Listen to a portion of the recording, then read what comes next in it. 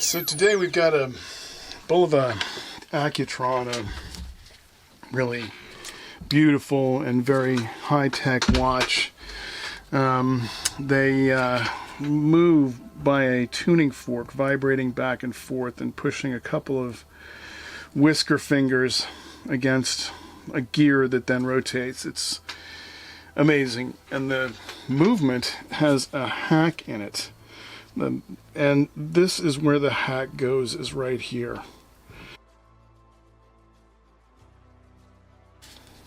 So I've got the actual part for this watch. They're still available online, believe it or not. And I've pulled the movement from the case, and I've got the exact movement holder that it sits in. And that's another thing, if you're going to work on these watches, you want to get yourself a movement holder. And none of this stuff is inexpensive, but it is all in an effort to make your work easier and cleaner. And so that's the hack spring right there, and that should go in just like that. And what it does is it pushes up against the tuning fork when the setting lever is actuated. So I will get that on there, and okay, well, there's the piece cleaned up. Let's go ahead and take these two screws out.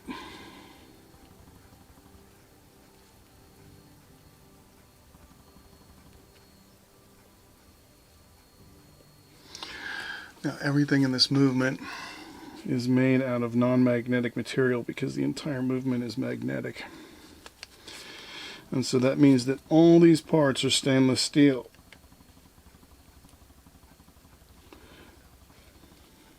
Now, I also have a manual on this movement,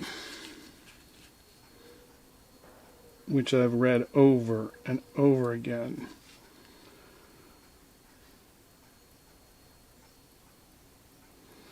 To check for springs,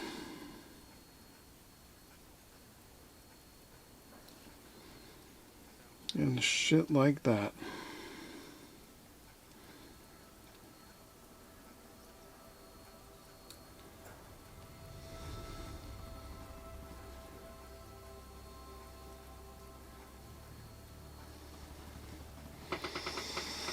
That's looking awfully like it right there. The screws are specific.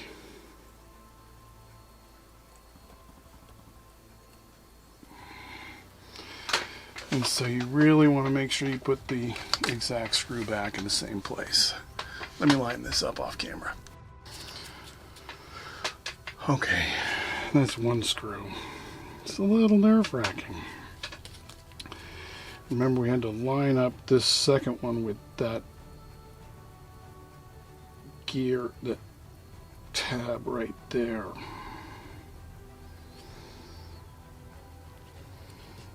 Oh my god, this is a little nerve-wracking.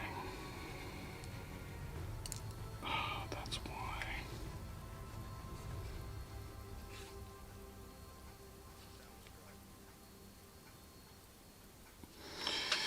I don't know why I'm being nervous over this. It's one of the simplest watches I've worked on. This watch is unique in that it only had, I think it was 110 parts altogether and 27 moving, and if I remember my numbers correctly, and most watches have 40 something moving. Anyway, correct me in the comments below.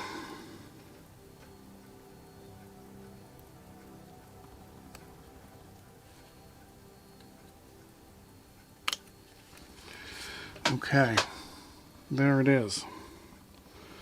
The hack's in place.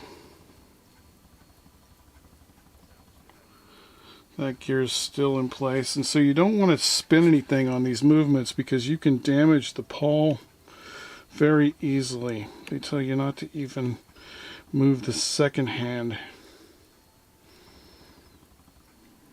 Okay, I think that's us.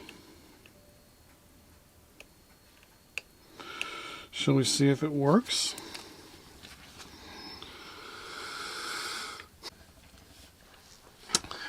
So now I'm putting the hands on. It doesn't really matter where you line them up on a day date. It does. On this one, it doesn't. I like to line them up square to the tuning forks because they line up with the tuning fork on the dial. There's what it can be considered the dial, which is the face on this. So I'll put the second hand back on, and they tell you not to move the second hand when you put it on. Just put it on and leave it, because you can strip the gears inside if you don't do it that way. So I will put this on and case this next. And they have these really cool second hands that are tuning forks.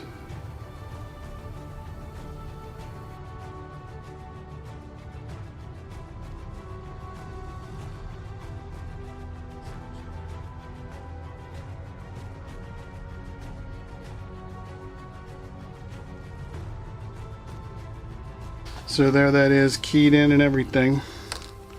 Let's look at the other side now.